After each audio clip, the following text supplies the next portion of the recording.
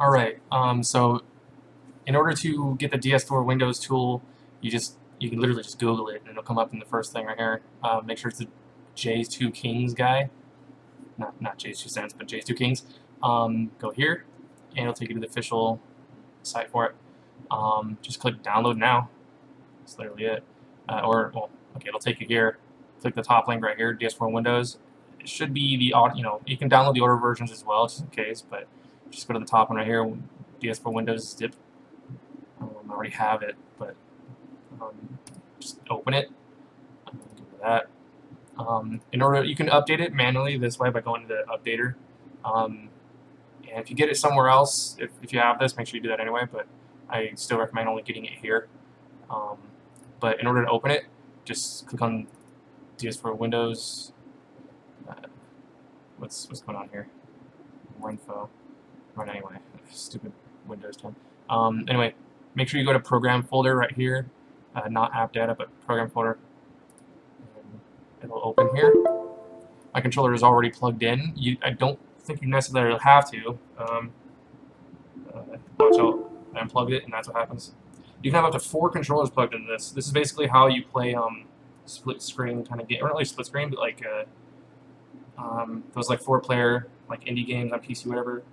But yeah, plug it in here. It just works. So I used to use a different one that makes you restart the entire program, but this is fine. So yeah, you get some things you can do here. Shows you the battery percent. You can set profiles in the settings. Edit. You can change the colors like this, and it does change the color in the back right there.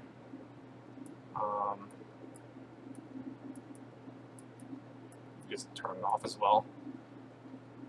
But it's real time as well while I'm doing this. It's like flashing or whatever. But yeah. Let's see if you do any like buttons or analytics or whatever, it'll pop that up and you'll see the Xbox controller for some reason. I'm not sure about all that. You don't actually have to mess with any of this, but if you're really kind of techie, then you probably don't need to watch this video in the first place. You probably already know all this. But you can name it right here, blah blah blah. Auto profiles, not sure about any of this. I just don't even mess with any of this. Here's some stuff you can do as well. Yeah. Controllers. Once you've already opened this up in the first place, you literally just could minimize. You can close that. You minimize the first one now. Close this, and you're pretty much good to go. I know GTA 5 and Far Cry 4 will work like without using the DS4 Windows tool, as long as you have the controller plugged in before you start the game. It'll just work. So I mean that's the thing. But a lot of I think so far just most games require you to use something like that. I use it anyway in GTA 5 and Far Cry 4 just to make it less complicated. But there you go. That's the DS4 Windows tool. I will link. Well, no, I don't even need to link the link. You guys saw the video. You know where to go. So, all right. Thanks for watching. All right. I almost forgot to mention. PlayStation is going to be releasing a USB dongle. I think like a Bluetooth dongle for the controller that I think you're just going to be able to like just sync to the controller. There's probably a button on there like you would with any other generic controller. I think it's going to be like $20, and it'll work with PS4 controllers on PC. Just like it should just work like it would on a generic controller. I feel like I already said this.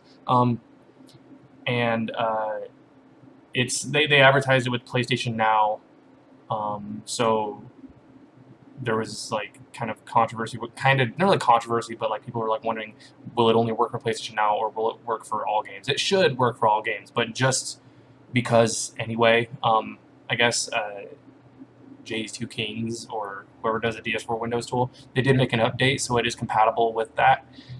I don't know how they would have done it already, so I don't understand that. But because like it's not out yet, I don't know how they would have got the code or whatever. But yeah, there's going to be that PS4 dongle for PC officially coming out at some point, somewhat soon, I think. PlayStation Now is kind of already out, so yeah, $20 or your regional equivalent. So yeah. Alright.